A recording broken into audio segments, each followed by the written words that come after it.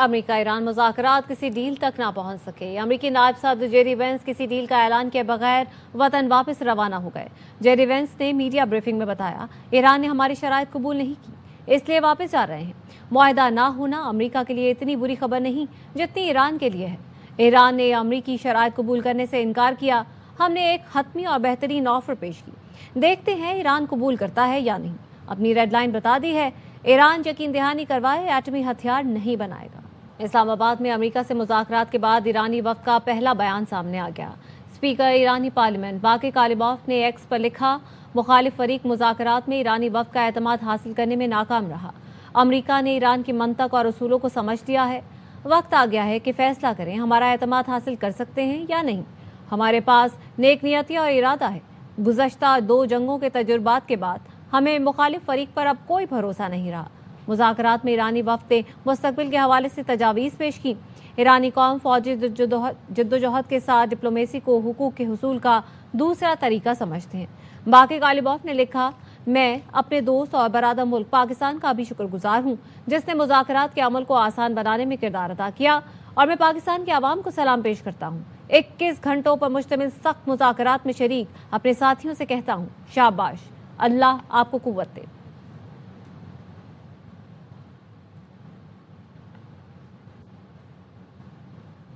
سفارتکاری کا راستہ بند نہیں کیا، امریکہ غیر قانونی مطالبات سے گریز کرے۔ ایرانی وزارت خارجہ کے ترجمان اسماعیل بقائی نے ایکس پر لکھا، مذاکرات میں متعدد نکات پر اتفاق ہوا، 2 اہم نکات پر اختلاف رائے کے باعث جامع معاہدہ نہ ہو سکا۔ مذاکرات بد اعتمادی کے ماحول میں شروع ہوئے تھے اور ایک نشست میں معاہدہ طے پانے کا امکان کم تھا۔ یہ مذاکرات 40 روزہ جنگ کے بعد بے اعتمادی اور شکوک و شبہات کے ماحول میں ہوئے۔ فطری طور پر یہ توقع نہیں رکھی جا سکتی تھی کہ محض ایک ملاقات میں کوئی معاہدہ طے پا جائے۔ کسی نے ایسی توقع نہیں کی تھی۔ مذاکرات میں آبنائے ہرمز جیسے کچھ نئے معاملات بھی شامل کر دیے گئے، جن میں سے ہر ایک کی اپنی پیچیدگیاں ہیں۔ اسماعیل بقائی نے مزید کہا، ایران، پاکستان اور خطے کے دیگر دوستوں کے درمیان رابطے اور مشاورت کا سلسلہ جاری رہے گا۔ سفارتکاری کبھی ختم نہیں ہوتی، یہ قومی مفادات کے تحفظ کا ایک ذریعہ ہے۔ اسلام آباد مذاکرات کی کامیابی کا دار و مدار امریکہ کی جانب سے سنجیدگی اور نیک نیتی پر ہے۔ امریکہ اور ایران کا شکریہ، ہماری درخواست پر مثبت رد عمل دیا۔ نائب وزیر اعظم اسحاق ڈار نے میڈیا بریفنگ میں بتایا، دونوں ممالک کا شکر گزار ہوں۔ امید ہے امریکہ اور ایران میں جنگ بندی برقرار رہے گی، فریقین مذاکرات جاری رکھیں گے۔ اسحاق ڈار نے مزید کہا، پاکستان اپنی سفارتی کوششیں جاری رکھے گا، امریکہ اور ایران کے درمیان رابطے کے لیے سہولت کاری کرتا رہے گا۔ امریکی نائب صدر جیری وینس نے وزیر اعظم شہباز شریف اور فیلڈ مارشل سید عاصم منی کا خصوصی طور پر شکریہ ادا کیا۔ میڈیا بریفنگ میں کہا، وزیر اعظم شہباز شریف اور فیلڈ مارشل عاصم منی کا شکریہ ادا کرتا ہوں۔ دونوں نے حیرت انگیز قائم کیا، امریکہ اور ایران میں اختلافات دور کرانے کی کوشش کی۔ Notes of appreciation, first of all, to the Prime Minister of Pakistan and to Field Marshal Munir, who were both incredible hosts. And whatever shortcomings in the negotiation, it wasn't because of the Pakistanis, who did an amazing job and really tried to help us and the Iranians bridge the gap and get to a deal. امریکی صدر Donald Trump نے truth social پر مضمون share کر دیا۔ مضمون میں کہا گیا ہے، مذاکرات کامیاب نہ ہونے کی صورت میں امریکہ ایران کی بحری ناکہ بندی کر سکتا ہے۔ مضمون میں تجویز کیا گیا ہے کہ اس اقدام کو تہران پر دباؤ بڑھانے کے لیے ممکنہ ٹرمپ کارڈ کے طور پر پیش کیا جا سکتا ہے۔ امریکی صدر نے نائب امریکی صدر جے ڈی وینس کی پاکستان سے روانگی کے بعد یہ مضمون شیئر کیا ہے۔ پاکستان کی شاندار سفارتی کارکردگی، بھرپور مخلصانہ اور مؤثر کوششیں۔ اپنی ثالثی میں امریکہ اور ایران نے براہ راست ایک دوسرے سے بات چیت کی۔ دونوں فریق نے اسلام آباد میں ایک دوسرے کے موقف کو سمجھا اور آگے بڑھنے کی بات کی۔ اقوام عالم نے بھی عالمی اور علاقائی امن کے لیے پاکستان کے قائدانہ کردار کا اعتراف کر لیا۔ آبنائے ہرمز سے گزرنے والے 2 آئل ٹینکرز واپس چلے گئے۔ بلومبرگ نے شپنگ ڈیٹا کے حوالے سے بتایا کہ آبنائے ہرمز کو عبور کرنے کی کوشش کے دوران 2 جہازوں کو اچانک روکا گیا، جس کے بعد وہ واپس چلے گئے۔ امریکی سینکام کا دعویٰ ہے کہ امریکہ نے آبنائے ہرمز پہ بارودی سرنگیں صاف کرنے کا آغاز کر دیا۔ ایران کی خاتم الانبیاء ہیڈ کوارٹرز کے ترجمان ابراہیم ذوالفقاری نے سینکام کے بیان کی تردید کر دی۔ کہا، آبنائے ہرمز پر اب بھی ایران کا کنٹرول ہے۔ سینکام کا امریکی جہازوں کو آبنائے ہرمز سے گزرنے کا دعویٰ جھوٹا ہے۔ آبنائے ہرمز سے کسی بھی جہاز کی آمد و رفت کا اختیار صرف ایرانی فوج کے پاس ہے۔ چین ایران کو ہتھیار فراہم کرنے کی تیاری کر رہا ہے. صحافی کے سوال پر امریکی صدر ٹرمپ نے کہا چین نے اگر ایران کو ہتھیار بھیجے تو اسے بڑے مسائل کا سامنا کرنا پڑے گا. ایران کے ساتھ ڈیل ہوتی ہے یا نہیں مجھے کوئی فرق نہیں پڑتا. Deep negotiations with Iran. In addition to that, we're negotiating whether we make a deal or not. Makes no difference to me. And now all we do is we'll open up the strait even though we don't use it because we have a lot of other countries in the world that do use it that are either afraid or weak or cheap. I don't know what it is, but we were not helped by NATO, that I can tell you. We win. No matter what, we've defeated their military. They have no navy. 158 ships are underwater, undersea. All of their minesweepers and all of their, they call them mine droppers. Well, if China does that, China's going to have big problems. امریکہ کو سمجھنا چاہیے کہ ایران کو dictate نہیں کر سکتے. یہ سمجھنے کے لیے زیادہ دیر نہیں ہوئی. سابق ایرانی وزیر خارجہ جواد ظریف نے ایکس پر لکھا ہم جاننا چاہتے ہیں مذاکرات کیوں کامیاب نہیں ہوئے. جیری وینس نے کہا ایران نے ہماری شرائط کو قبول نہ کرنے کا انتخاب کیا. ایران کے ساتھ کوئی بھی مذاکرات ہماری آپ کی شرائط کی بنیاد پر کامیاب نہیں ہوں گے.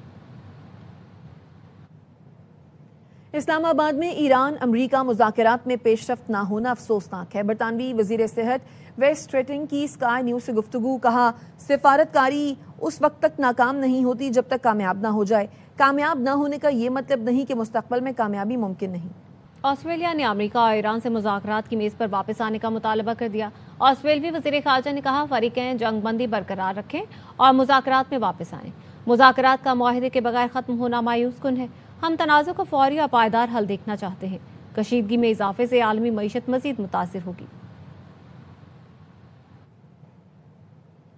کیتھولک مسیحیوں کے روحانی پیشوا پوپ لیو 14 نے جنگ ختم کرنے پر زور دیا ہے. ویٹیکن سٹی میں دعائیہ اجتماع سے خطاب میں جنگ پسند عناصر پر کڑی تنقید کی.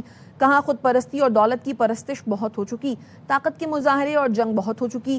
حقیقی طاقت زندگی کی خدمت کرنے سے ظاہر ہوتی ہے. پوپ لیو نے کہا قومی رہنماؤں پر بڑی ذمہ داریاں عائد ہوتی ہیں. ہم ان سے کہتے ہیں بس کریں, اب امن کا وقت ہے, مذاکرات اور ثالثی کی میز پر بیٹھیں. ایران میں دشمن سے مقامات اور معلومات شیئر کرنے پر 50 ایرانیوں کو گرفتار کر لیا گیا. ایرانی حکام کا کہنا ہے ان افراد کو مبینہ طور پر کرائے کی سرگرمیوں کے الزام میں گرفتار کیا گیا. گرفتار ایرانیوں پر الزام ہے کہ انہوں نے حساس مقامات بشمول سروس سہولیات اور انفراسٹرکچر کے بارے میں امریکہ اور اسرائیل سے معلومات شیئر کی ہیں. حکام نے الیکٹرانک سیٹلائٹ آلات اور ہتھیار بھی ضبط کر لیے. مشرق وسطی جنگ کے دوران ایران نے جاسوسی کے الزام میں درجنوں افراد کو گرفتار کیا ہے. جاسوسی کے قانون کے تحت ایران میں جاسوسی پر سزائے موت اور جائیداد کی ضبطگی ہو سکتی ہے. اسرائیلی دہشت گردی جاری ہے. لبنان پر مسلسل حملے جاری ہیں. لبنان کے جنوبی قصبے قنا پر حملے میں 6 افراد شہید اور کئی زخمی ہوئے. اسرائیل ضلع طائر میں دیگر کمیونٹیز پر بھی الگ الگ حملے کر چکا ہے. ماراک میں 3 افراد زخمی ہوئے. گزشتہ روز یعنی ہفتے کو اسرائیلی حملوں میں 97 افراد شہید اور 133 زخمی ہوئے. اسرائیل پہلے بھی قنا میں 1996 اور 2026 میں قتل عام کر چکا ہے. لبنانی وزارت صحت کا کہنا ہے 2 مارچ سے اب تک اسرائیلی حملوں میں 2020 افراد شہید اور 6436 زخمی ہو چکے ہیں. شہید ہونے والوں میں 165 بچے, 248 خواتین, 85 طبی ورکرز بھی شامل ہیں. لیبنان اور اسرائیل کے مذاکرات منگل کو واشنگٹن میں ہوں گے. لیبنان کے صدارتی دفتر نے بتایا اسرائیل سے براہ راست مذاکرات امریکہ کی ثالثی میں ہوں گے. اعلامیے میں بتایا گیا لیبنانی صدر جوزف اون کی ہدایت پر سفارتی پیش رفت ممکن ہوئی. پہلا اجلاس منگل کو امریکی محکمہ خارجہ کے ہیڈ کوارٹرز میں ہوگا. اس سلسلے میں امریکہ میں دونوں ملکوں کے سفیروں کے درمیان گفتگو ہوئی جس میں جنگ بندی اور مذاکرات سے متعلق معاملات بھی زیر بحث آئے. اسی دوران اسرائیلی فوج نے لیبنان میں حزب اللہ کے 200 ٹھکانوں پر حملوں کا دعویٰ کیا ہے. 24 گھنٹوں کے دوران لیبنان میں حزب اللہ کے انفراسٹرکچر کو نشانہ بنایا گیا. اسرائیلی فوج نے دھمکی دی ہے جنوبی لیبنان میں حزب اللہ کے ٹھکانوں پر فضائی حملے جاری رکھیں. اور خبر ہے کہ برطانوی وزیر اعظم کیئر سٹارمر اور عمان کے سلطان کے درمیان رابطہ ہوا ہے. ٹیلی فونک گفتگو میں پاکستان میں امن مذاکرات پر تبادلہ خیال کیا گیا. برطانوی وزیر اعظم اور عمان کے سلطان کا فریقوں پر راستہ تلاش کرنے پر زور. اور ترجمان 10 ڈاؤننگ اسٹریٹ کا بتانا ہے کہ یہ کہا گیا دونوں جانب سے کہ یہ بہت ضروری ہے کہ جنگ بندی کا تسلسل برقرار رہے. تمام فریقین مزید کشیدگی سے گریز کریں. برطانوی وزیر اعظم کیئر سٹارمر اور عمان کے سلطان کے درمیان ٹیلی فونک رابطہ ہوا ہے جس میں امن مذاکرات پر تبادلہ خیال کیا گیا. اسرائیلی وزیر دفاع اسرائیلی کارٹس نے لیبنان کے ساتھ جنگ نہ روکنے کا اعلان کیا ہے۔ اسرائیلی وزیر دفاع اسرائیل کارٹس نے نیتن یاہو کے لیبنان سے براہ راست مذاکرات کی ہدایت کے بعد اسرائیلی میڈیا سے گفتگو میں کہا جنگ بند نہیں کی جائے گی۔ نیتن یاہو نے ایکس پر لکھا میری قیادت میں اسرائیل ایران کی حکومت اور اس کے پراکسیز کے خلاف لڑتا رہے گا۔ ایران کے خلاف مہم ابھی ختم نہیں ہوئی، بہت کچھ کرنا باقی ہے۔ اسرائیلی وزیر اعظم نیتن یاہو نے لیبنان کے ساتھ امن مذاکرات کی منظوری بھی دی۔ اسی پیغام میں انہوں نے یہ اشارہ بھی دیا کہ ایران کے خلاف مہم ابھی ختم نہیں ہوئی اور ہم اب بھی ان سے لڑ رہے ہیں۔ ترک صدر رجب طیب اردوان پر اسرائیلی وزیراعظم نیتن یاہو کی تنقید پر ترک قیادت نے اسرائیل کو آڑے ہاتھوں لیا۔ ترک حکمران جماعت کے ترجمان عمر چالک نے سخت رد عمل دیتے ہوئے کہا اسرائیل کی ان ہرزہ سرائیوں کا مقصد امن مذاکرات کو سبوتاژ کرنا اور ترکی کو ایران کے خلاف کھڑا کرنا ہے۔ اسپیکر پارلیمنٹ نعمان کورٹلموش نے نیتن یاہو کو 21ویں صدی کا سب سے بڑا دہشت گرد قرار دیتے ہوئے کہا جس کے ہاتھ بچوں کے خون سے رنگے ہوں، جو بین الاقوامی عدالتوں کو مطلوب ہو، اسے ترکی کو اخلاقیات پر لیکچر دینے کا کوئی حق نہیں۔ نیتن یاہو نے صدر اردوان پر مزاحمتی گروہوں کی پشت پناہی کا الزام لگایا تھا۔ اسرائیلی وزیر اعظم کے خلاف تل ابیب میں ہزاروں افراد سڑکوں پر نکل آئے۔ مظاہرین نے ہیپیا اسکوائر پر احتجاج کیا۔ شرکاء نے جنگ روکو، نسل کشی بند کرو پلے کارڈز اٹھا رکھے تھے۔ مظاہرین نے نیتن یاہو کی پالیسیوں کو تنقید کا نشانہ بناتے ہوئے تمام جنگیں فوری بند کرنے کا مطالبہ کیا۔ کہا عام مذاکرات اور علاقائی کشیدگی میں کمی کی جائے۔ کوئٹہ کے علاقے ہزار گنجی میں نامعلوم افراد کی فائرنگ سے 3 افراد جاں بحق اور 2 زخمی ہو گئے۔ وزیر اعلیٰ بلوچستان نے نوٹس لیتے ہوئے آئی جی سے رپورٹ طلب کر لی۔ پولیس کے مطابق ہزار گنجی سبزی منڈی سے واپس آنے والے سبزی فروشوں کی گاڑیوں پر فائرنگ کی گئی۔ جاں بحق اور زخمی افراد کا تعلق ہزارہ کمیونٹی سے ہے۔ واقعے کے خلاف ہزارہ برادری نے مغربی بائی پاس پر احتجاج اور ملزمان کی گرفتاری کا مطالبہ کیا۔ مری میں دریا گلی کے لنک روڈ پر 2 عمارتیں لینڈ سلائیڈنگ کے باعث زمیں بوس ہو گئیں۔ دیکھتے ہی دیکھتے عمارتیں ملبے کا ڈھیر بن گئیں۔ ذرائع کے مطابق پانی کی لائن سے مسلسل اخراج بھی لینڈ سلائیڈنگ کی وجہ بنا، جبکہ دریا گلی لنک روڈ کا ایک حصہ بھی متاثر ہوا، جس سے مقامی آبادی کو مشکلات کا سامنا ہے۔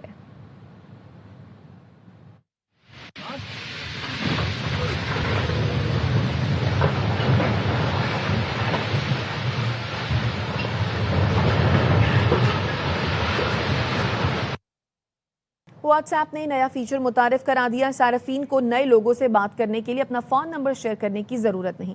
صارف یوزر نیم بنا کر رابطہ کر سکتے ہیں۔ پرائیویسی بھی بہتر ہوگی۔ یہ فیچر جلد تمام صارفین کے لیے دستیاب ہوگا۔